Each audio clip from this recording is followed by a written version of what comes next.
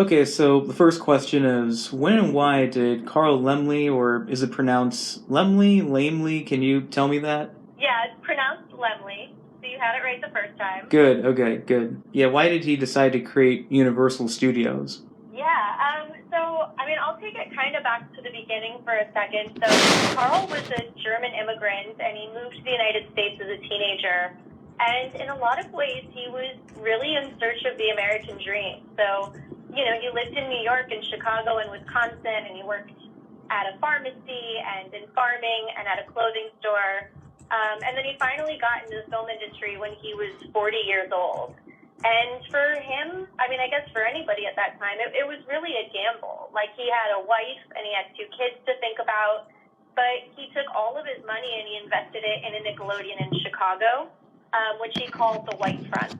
And the theater did so well that in a few months he was able to open up a second location, which he called the Family Theater. And then from there, so at the time, distribution companies weren't really reliable. So when they were sending the movies to, like, the film to theaters, sometimes you would get duplicates of things that you already had, or a totally different movie than what you asked for, or the quality would just be really terrible. So Carl went into distribution so that he could really have more control over the quality of films that he was getting. And then he decided that he really wanted to be able to control what kinds of movies were out there. So he went into production. And at that time, Thomas Edison had a monopoly over the film industry and a collection of companies that he called the Trust. So because he had patents on parts of cameras and projectors, he would charge anybody that wanted to make or show films. And it was keeping the industry down because, it was taking up a lot of people's money. They had rules that they had to follow, and they were nervous to spend money to be creative because who knows if, Edison was going to go for it or not. And Edison was pretty tyrannical at the time. So if he found out that you were making or showing independent films, he would drown you in lawsuits, and he would send out his goons to destroy your set or your theater, really straight out of the mafia. I'm Yeah. actually in a film class where we are talking about the history of film, and they do describe that sort of deal that happened in this documentary I was shown for another class of mine that I'm taking, but go on. Yeah, and it's just crazy because I don't know if people realize how, I guess you could almost call it exciting, but, in a scary way, like how much of that was going on in the early film business. But Carl decided that he wanted to go independent anyway. So he made his own company, which he called the Independent Moving Pictures Company, which shortened to IMP. And that was really a play on Carl himself. He was only 5'2", and he really wanted to show that he was having fun with giving Edison this tough time and going against him. So Edison sued Carl 289 times. Carl won every single one. And then IMP was joined with a couple other companies to make Universal, which really started in about 1912 in Fort Lee, New Jersey. And then in 1915, it moved to LA, about where it is today. Yeah, I That's remember it really was a. kind of the evolution to the start of Universal. Okay, I was saying that, yeah, it was a big deal when they turned 100 years old back in 2012. Yeah. Yep. Yeah, they did a lot of cool celebrations out here. In 1915, I would say this entire, the decade that just passed was a big decade for film because it really is the centennial of most things coming up and coming out. So, thank you for that part. So, mind if we move on to the next question then? If there's anything Yeah, else you'd like to add to that one? I feel good if you feel good. Okay, good. Okay, so the next question, number two, is why did Carl Laemmle Jr., the son of Carl Laemmle, decide to produce various monster movies during this time at the studio, movies such as Dracula, Frankenstein, and so on? Yeah, so Junior really grew up in the movie business and was groomed by his dad to take over for him and to continue his legacy at Universal. So for Junior's 21st birthday, he took control of the studio, which is an amazing gift if you ask me. I didn't get anything close to that. And, a lot of people at the time, I think, thought that it was nepotism, which in some ways it kind of was. Yeah, But that there was happened a also lot. really nobody more qualified in the world probably than Junior to be running a studio. He'd already, he had 10, 15 years experience. He would go with his dad to all the meetings as a kid and stuff. So once Junior really took control, I think there were a couple things that led to the monster movies. One, Junior just really wanted to make movies that he liked and that he thought he and his friends were going to want to see. And so for him, he liked the macabre. He liked dark things. It wasn't really his father's idea and not so much his father's favorite idea, but Junior saw the potential in those films. And then as this kind of goes into your next question, but, the Depression also in the late 20s, early 30s, once that really started, monster movies were in some ways a really great escape from the real world. So they, it was a way for people, well, first off, so I'll go back a little bit. At movies at that time, you really got your bang for your buck when you would go. So it's not that every movie was the happiest movie or this pure escape, but it was a lot of entertainment for a little time. You would have your cartoons and your shorts and your serials, and then you'd have your full movie, so it would be a couple-hour ordeal. But the monster movies were really then what helped keep Universal alive during the Depression. A lot of the big studios lost money or even went under. But, with Dracula and Frankenstein and all of those, they were sort of lower budget movies. It wasn't a huge lift on Universal's part, and then they made so much money back because they were new and different and exciting. And Carl Laemmle Sr. was able to use a lot of his publicity smarts to really drum up excitement about them. So with Frankenstein, he would park nurses and ambulances outside the theaters and say that people were going to faint. Before Frankenstein as well, they have Edward Van Sloan come out and give a warning that, it might be too scary if you have a heart condition or things like that. So for Junior, and then I think once his dad saw how profitable it was, I think they decided to make those movies because they were money makers, they were different, and they were really exciting for people. Yeah, definitely. Typically, that's why you saw the shorts such as the Tom and Jerry cartoons or the Three Stooges shorts that were very popular at the time that would play before a movie depending on what studio there was. But yeah, I mean, I do agree with you seeing that it was a form of escapism, but also in my senior thesis I do kind of make this argument that the movies sort of reflected on the time as well. I do talk about, for example, people at the time, Depression audiences probably saw Dracula as sort of the Depression kind of draining life energy out of them, or the Frankenstein monster was seen as kind of this monstrous thing that was created with the inflation of the stock market, all the investing, that bubble that would burst eventually. But also with the silent movies, I talk about how the various monsters in those movies kind of reflected the deformed American veterans who came back home and were kind of would turn heads away in that kind of Lon Chaney, Lon Chaney Sr. makeup that did look like at least deformed in the face. At least that's what my thesis states on that. Yeah, and I've heard so many arguments in those kinds of lines. I've heard things too about going back to the monster movies that in some ways they could reflect the fears of immigration, of people who were different, of I've heard the things about people coming back from the war, or even with different scientific advances, how the films could reflect that. And then, if you fast forward all the way to the last decade or two, a lot of the horror movies started to become either people that were being evil just because they could, or where you didn't always know, who was good and who was bad. And I've heard a lot of arguments in that case that it's, if you think about our government and our society, it's a lot more gray now, what is right and wrong and good and bad. And our horror movies now sometimes reflect that a little bit more. Yeah, art in general can definitely be a reflection of the time period in which it was made in. But also... Totally.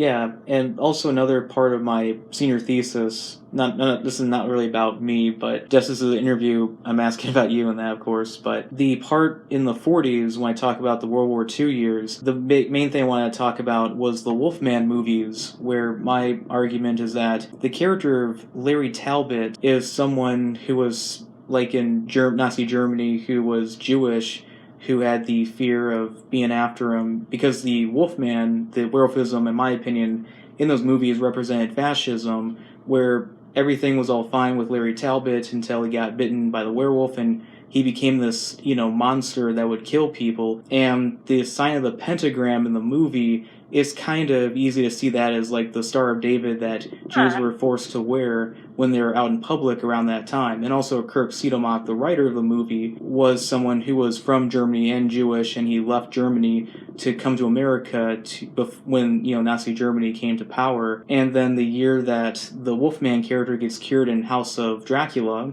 is the same year that World War II ends. So in my opinion, it kind of metaphorically showed the end of Nazism, which was werewolfism for Larry Talbot. Yeah, that's so interesting. I like the way that you've looked at that, and like you've definitely inspired me now to go back and watch sort of through that lens. That's really interesting. Thank you. But yes, again, people can see things differently for different movies, and again, my thesis does argue that. But anyways, so with my third question, well, you kind of answered it already, but just in case there's anything you forgot to maybe cover in that, how did the years of the Great Depression affect Universal Studios, and what did the Lumleys do to keep afloat? Yeah, I think I did sort of cover it as much as I could, which is really that and I'll say that Carl Lumley Sr. especially was very, hold on one second, I'm just going to close my sliding door. Carl Lumley Sr. was always really frugal when he was making movies and when he was running the studio. So he never, took out loans. He was very purposeful with his money, where Junior came in and was a little bit different. But in these monster movies, they weren't usually such a big lift financially, and they made such a big profit, I think, because they were different and exciting, that they allowed Universal to stay afloat during those years. And that was, obviously that was really great, and that's what Universal, to this day, I would say, is most known for. And it's kind of crazy. I think it's 89 years ago last week is when Dracula came out, and we're getting close to 90 years from all of these movies coming out. Yeah, and then like 3 years from now is going to be the 100th anniversary of The Hunchback in Notre Dame. Yeah, yep. And Phantom 2 is not too far off. Yeah. And this is really off topic, but my great aunt Carla actually danced in the original Phantom of the Opera, and she says the opening lines of Dracula. Oh yeah, that's pretty cool, and yeah, she was the oldest surviving member of the Dracula movie with Bela Lugosi. And yeah, isn't it true that the Phantom stage had the record for the longest and oldest soundstage in the world? Yeah, and it was. It got torn down. I'm trying to think how long ago. Maybe 4 years ago now. To make space for more stuff in the park. But yeah, and the stage, the Phantom stage was still up there, which was really cool. So, for many years I would go and sort of explore, and I got to go with my aunt once who, just sort of danced around there, which was amazing.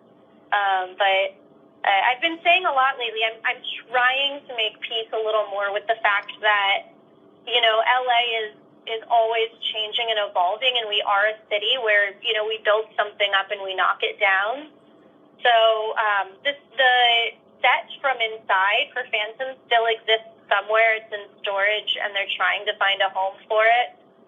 Okay. But the soundstage itself is no longer there. Yeah, that's pretty sad, and personally, as someone who's majored in history and has a love for history, I think we should try to preserve our history as much as we can, especially something that has impacted the culture like that. At least it's available on home video, but also with the Phantom stage, it wasn't just for the 1925 Phantom. It was also reused in the 1943 version of Phantom with Claude Rains, and also in Dracula, both the English and Spanish versions of Dracula, and many other productions for the studio.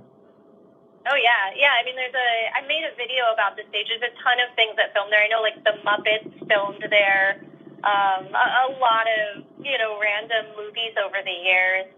And yeah, I go back and forth, right? Obviously, I want all of the original structures and sets and everything to stay exactly as it was, so that there's these time capsules from history. But if we cannot, and if others are choosing not to, then I think like the work that you're doing now with your thesis, and hopefully if you go into preservation work and sort of the videos that I do, it's just for us to do as much as we can to catalog these things, to talk about these things, to record them for history, so at least there's something of them. Yeah, I mean, nowadays it's a lot easier to do that for collector's item purposes. And also with the advent of bonus features on home video, it's easier to kind of catalog production history of these movies. I mean, I have the film script series that was edited by Philip J. Riley, the Magic Film book series. Really great information. They include the scripts of the movies as well as production information and behind the scenes photos and interviews. Really a wealth of knowledge right there, and it's I don't know if you are aware of them, but I highly recommend them. Yeah, I'm gonna write that down and look into that. I could email you a link to one of them. Oh yeah, I would love that. Yeah, definitely. All right, so back on topic. So the fourth question is, what led to the Lumley's exit from Universal Studios? Yeah, so kind of as I said before, like Carl Lumley Sr. was always very frugal and tight with his money. Carl Lumley Jr. was much different about it. So he was, in his idea, instead of churning out a ton of lower budget films, he said, what if we do fewer movies a year, but we put much more money into them, we make them much bigger productions. And so they started taking out loans for their films. So Carl Lumley Jr. lost the studio in 1936 over the movie Showboat, which is kind of a tragedy because they had a loan, they just couldn't repay it on time. And that was sort of part of the gamble, right, with Junior. And one of the reasons that he's such a controversial figure now, when we think back on him in time, he's brilliant and a genius because he made all of these incredible big movies, the monster movies, even, like I said, Showboat that did so well, All Quiet on the Western Front. But when he had flops, movies that didn't perform as well, they performed really, really badly, and they lost a lot of money at once. So with Showboat, they took out a loan with Standard Capital. The movie went over budget and it went over time. And Standard Capital really just saw it as an opportunity to get the studio. The studio had been making all of these profitable movies. It had nothing to do with whether they believed Showboat was going to earn its money back. It was just, we have an opportunity now to call in this loan. They're not able to pay it yet because the movie's not out yet. And now we just get this awesome studio for ourselves. And so it was a good gamble, but they couldn't see it through. And Carl Lumley Sr., well, I would say Junior and Senior, but Senior at the very least, really pivoted his life in a great way after the studio, because that's when he really put all of his efforts into saving Jewish families from Europe as Hitler was rising to power there. And he brought over about 300 Jewish families, and a lot of friends and family, and set them up with homes and with jobs, and made sure that they, were safe and healthy and happy. Yeah, at least, that was, pretty cool. But yeah, it's kind of sad that happened. But also, everything after, that point was labeled the new you. A short, at least from film historians, named that. And I believe Dracula's Daughter was in production when that happened. You probably know better than I do about that. And I would say that, in some ways, a lot of my knowledge of Universal ends kind of in the late 30s and after, just because most of my studies are about the Lumley years itself. I know that in the late 30s, there were a couple of years where Universal just didn't make any horror films at all. And some of that had to do with the Hays Code being enforced. Some of it, I think, had to do with them not knowing if those movies were going to be profitable. Oh, yeah. Because I know, like, as I've studied Bela Lugosi, you can see some of the rise and fall in his career happen as you know, Carl Laemmle and Jr. leave the studio. Bela's sort of out of work and out of luck for a bit until they start seeing the renewed interest in the monster movies again. Yeah, and I heard a lot of that was because some movie theater decided to re-release both Dracula and Frankenstein as a double feature, and then, of course, it kind of became a domino effect, and then eventually they realized, hey, some movie theater locations are selling more tickets than the original run of these movies, so they decided, let's bring them back, and Son of Frankenstein was kind of the first in this tidal wave between, like, 1939 and 1945. There were at least a dozen movies they made. Yeah, and as those theaters were catching on and showing, like, doing those double feature nights, Bela Lugosi showed up as a guest to a lot of those things, and he would do, you know, talkbacks, and he really made himself sort of seen and known again, which I think helped him then. It helped them see that Bela himself was of interest and worth being hired again. Oh yeah, and also he had a kid around that time, so it gave him another reason to try to keep busy and employed at that time. But wasn't it true that Lugosi, I don't know if you've known about this, but I think it's been said that Lugosi was the last actor considered to play Dracula when they were thinking about Dracula in casting-wise, because Lon Chaney Sr., before he died of throat cancer, was considered for the part, but then he passed away, and then Lugosi had to lobby pretty hard to get the part, but because he wasn't a well-known movie actor, he had to agree to get a pay cut in order to get the part. Yeah, no, that's exactly right. And Bela it's interesting because he originated the role, you know, on the stage. He had been acting in New York, and as it did the California tours, he was Dracula, and that's where sort of the Universal prototype for it started. But yes, like Lon Chaney was attached. I think there were a couple other actors attached as well. And Bela, you know, he fought really hard for the role, and eventually they gave it to him, and obviously it worked out. He was also the first choice for Frankenstein then after that. So once Dracula worked out well, then they wanted him for Frankenstein. But when he read the original script for that, I think to begin with, Frankenstein wasn't quite as developed as the script that we know now. So I think it was a less relatable character. But Bela was also like, wait, you're saying I'm not going to have any lines? You're going to cover up my face? I'm just lumbering around? Like, no. I think he sort of said, like, I think I'm better than this. And then Boris Karloff got that role, and it obviously turned into such a great thing. Because I think there are a lot of questions of how would Boris Karloff's career have been different if he hadn't had the role of Frankenstein. How might Bela's career have been different if he did do that role? You know, there are a lot of sort of questions and theories around that. I'm aware that Boris Karloff was originally offered the role of the Invisible Man, but turned it down, and then he was offered the Wolfman character around the time when they were floating that script around the 30s, but it never materialized. So I'm really happy that Claude Rains and Lon Chaney Jr. got to play those iconic characters. Yeah, and Claude Rains, too, he was like an unknown theater actor. And I would say, I guess I give a lot of credit to James Whale, right? Because James Whale got Boris Karloff for Frankenstein, and then he was the one, too, that wanted Claude Rains for the Invisible Man because of his voice and his accents, and he thought that would sort of be the right thing. Yeah, I mean, Claude Rains, before The Invisible Man, had only ever seen, I think, like 6 movies his entire life. So he really understood nothing about the film industry, and he also didn't totally know that he was going to be entirely covered up for the movie. But, you know, obviously it did great things for him in his career. Oh yeah, and well, he was kind of covered up in certain scenes. They had to wrap black velvet around him to give the illusion of invisibility. And I heard at one point he actually passed out. He couldn't really breathe much, and he just passed out. Oh wow, yeah, I hadn't read that. I'm actually just about to this weekend. I'll be recording a YouTube video all about the Invisible Man. Since the new one's coming out, it felt like a good time. Oh yeah, I'm excited about that movie. I hadn't read that. That's so interesting, and I guess sad. Yeah, I'm excited about that. I already pre-ordered my tickets for a Thursday night showing. Back to the fifth and final question. It's more like a personal opinion.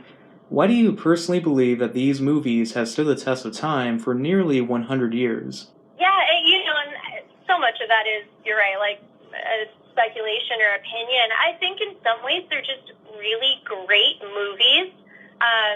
They were something different and they were something exciting at a time when, the industry was still really new. And other than The Hunchback and Phantom, like these were some of the earliest talking movies. So just what an exciting time for film. And then I think separately too, and we talked about this a little bit, but there's that idea that a lot of times the monsters are sort of othered in the world that they're in. They're strange in some way. They don't fit in. They're counterculture.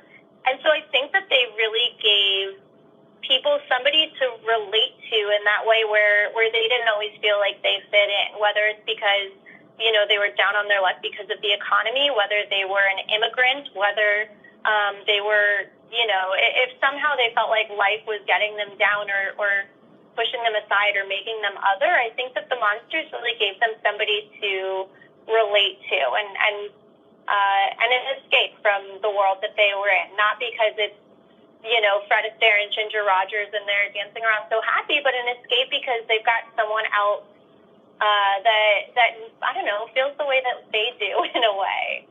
And I know that that's a lot to imbue on these movies, but I've just seen, so many people over the years say, when I was a kid or when I was, growing up, like these monsters just meant so much to me. And so I think that that's a big part of why they've stood the test of time.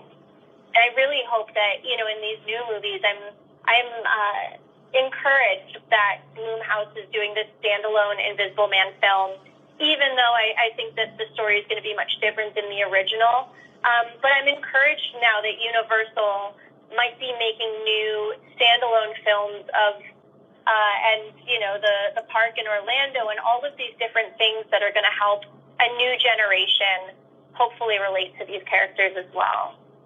Yes, I definitely agree with that. I feel like the best kind of movies, I agree that the best kind of movies are the ones that truly stand the test of time. I mean, box office numbers and awards are nice and all, but if people want to keep coming back to them generations later, that's truly the reason why they stand the test of time. But also, when you were saying about Blumhouse Productions with making these smaller movies, that's interesting in that, and I'm just thinking that if they really want to pursue this whole shared universe thing, because Universal with their monster movies was the first to ever have a shared cinematic universe, starting with Frankenstein meets the Wolfman back in the 1940s. And I think that if they want to do that, they should start off isolated and kind of small, more horror focused, but then maybe down the road they could start maybe gradually going for a little bit more action and maybe connect them more and then eventually do the big crossover thing like they were trying to do. Exactly. I think that they just put the cart before the horse when they said, okay, we're going to make a universe, and I think it was a strange choice to pick Tom Cruise because it's not horror, and I think that it was a strange choice to have Jekyll and Hyde be the through line.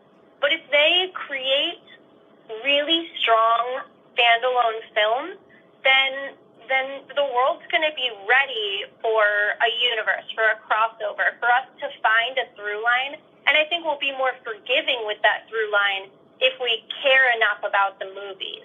But they tried to create a universe before we cared about any individual planet of that universe. Yes, I definitely agree. And also, a few kind of minor questions of mine in relation to those newer ones. What are your personal thoughts on the newer Universal monster movies, such as the Brendan Fraser Mummies, all the way to, as we were saying, the new Invisible Man movie coming out? So this is so embarrassing to admit. I have not seen the 90s Mummy movie. I've seen, obviously, the 30s one a ton of times. And I did watch the Tom Cruise one, but I haven't seen the Brendan Fraser one. It does seem that people enjoy that more. My opinion of the new one, again, like, I think they said, oh, Tom Cruise, he makes money. The Mummy, that'll make money. Like, if we blow things up, that'll make money. And I think that they were really looking at it as, I don't know, just sort of they took the heart and the soul out of the movie and just tried to make something that they thought was going to be successful. My opinion of them is that if they will make a movie of substance, it's my favorite thing in the world, because a whole new generation is going to love these movies and love these characters. But the way that they've gone about it so far, I think that they've been trying to take the easy way out, and then I think that the failure, and so obviously the 90s Mummy movie I think did pretty well, but for the others, I think that they've been sort of facing the consequences of their actions, which is they're not making good movies, so they're not going to make a lot of money. Yeah, I mean, I highly recommend the 90s Mummy because I love that movie. It's my favorite. Okay. And yeah, I love Sorry, that. I haven't seen it yet. Yeah, I mean, if I had to separate the old and new ones, I would say my favorite of the old Universal monsters would be Dracula, but my favorite of the new ones, of course, would be the first Brendan Fraser Mummy. Have you seen, what about Van Helsing or the remake of Wolfman? Goodness. Like, years ago, I think I kind of half-watched them. I would say I have a hard time, and maybe it is that I don't want to say like that my standards are so high, because there are a lot of terrible movies that I really like, but I don't know. For a lot of the new ones, they've just never really piqued my interest when they come out, and so I haven't watched a lot of them yet. I love other horror movies that have, sort of nothing to do with the original creatures that I love, but it's really hard to pull me in and get me to watch one of the new ones. Okay, I see. I personally highly recommend Van Helsing because it's a great tipping of the hat to the old Universal monster movies. There's certain clips in that movie that kind of mirror the old movies, but it does something very different. Same guy wrote and directed The Mummy. What about Dracula Untold? Have you seen that one? I have not. Okay, it's funny how in ways we are kind of similar. We both like those older movies, but for me, I always love going to see these newer Universal monster movies. I'm just a sucker for them. Yeah, no, and obviously now when I'm on the phone, I'm like, oh, I really should watch all of these, and I should, for one, do my due diligence, and two, it probably does, it would show a certain amount of respect to the originals, to, my family sort of started these, so I do recognize I should probably watch them. But like I said, sometimes it's a little bit harder for me when I already have a Wolfman that I know and love, and if I already know that you're not going to give me a brilliant Wolfman, it's hard for me to want to see it. Yeah, I understand. Again, there's that attachment to the old stuff, but I also, what I see it as, to be open-minded to newer stuff that comes around, because I don't necessarily want like a carbon copy of like one of the old movies if someone wants to make a new one. Right. No, you're right, and I don't want a carbon copy either. I'm going to make a note to watch all of these, and like I said, I've already got my ticket for Thursday for The Invisible Man. Okay. So I'm optimistic, and I'm really hoping for the best with the new movies now. Yeah, I would say definitely The Mummy and Van Helsing, or if you have to only pick maybe a few of them. Yeah, absolutely. I've got the Wolfman down too. This is for my class and that, for my research purposes, but maybe in the future, is it okay if maybe I can post this audio on my YouTube channel and as an interview thing? Yeah, sure. Just, tag me and all that good stuff. But yeah, go ahead. I do highly appreciate you coming on here and agreeing to this interview, despite the fact of the technical shortcomings we've had. Yeah, I'm so sorry. I don't know how we couldn't get everything to line up, but I'm happy that the phone worked. But yeah, I'm really happy that we did this, and who knows, maybe in the future, would you be open to maybe doing something else like this to talk more about these movies again, possibly? Yeah, no, absolutely. I would love to. I love sort of the way that you talk about movies, and all of your knowledge is really great. And if you have, if there are other questions that come up as you're working on your thesis, if you want to shoot me an email, I can try to answer, anything that I can try to answer. Oh yeah, definitely. Yeah, and then I'm trying to think what other question I have for the paper, but oh yeah, I remember now. What is your well, personally, what's your favorite of the Universal monster movies, or at least some of your favorite ones? I always go back and forth between Frankenstein and Bride of Frankenstein.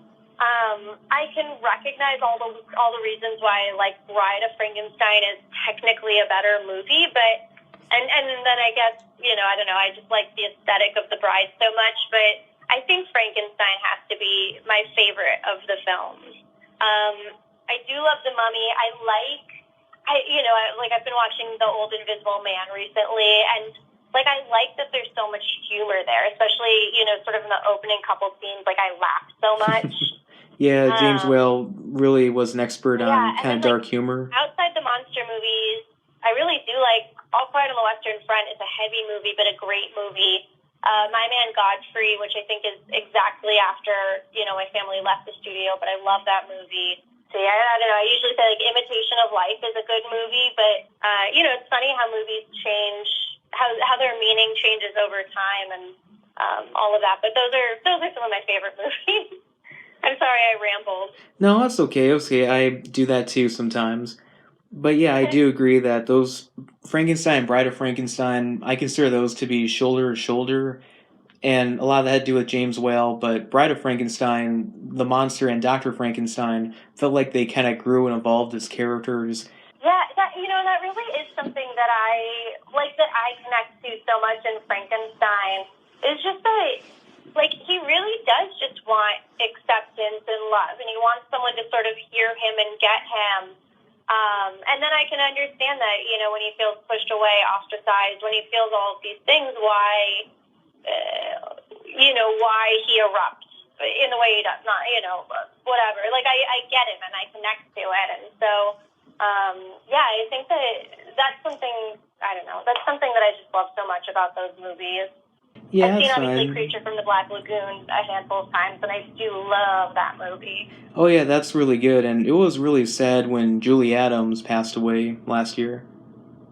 Yeah, and have you read the book The Lady from the Black Lagoon? I've heard of it, but I haven't read it yet.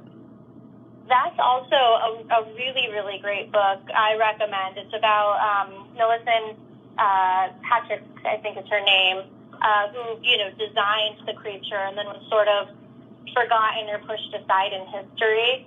But I thought it was a really fantastic read, and they talk a lot about Millicent's own history as well as that of her family, and you learn a lot about. I learned a lot about architecture up in sort of the San Francisco area. Old Disney animation. It covers a lot of stuff and is really great.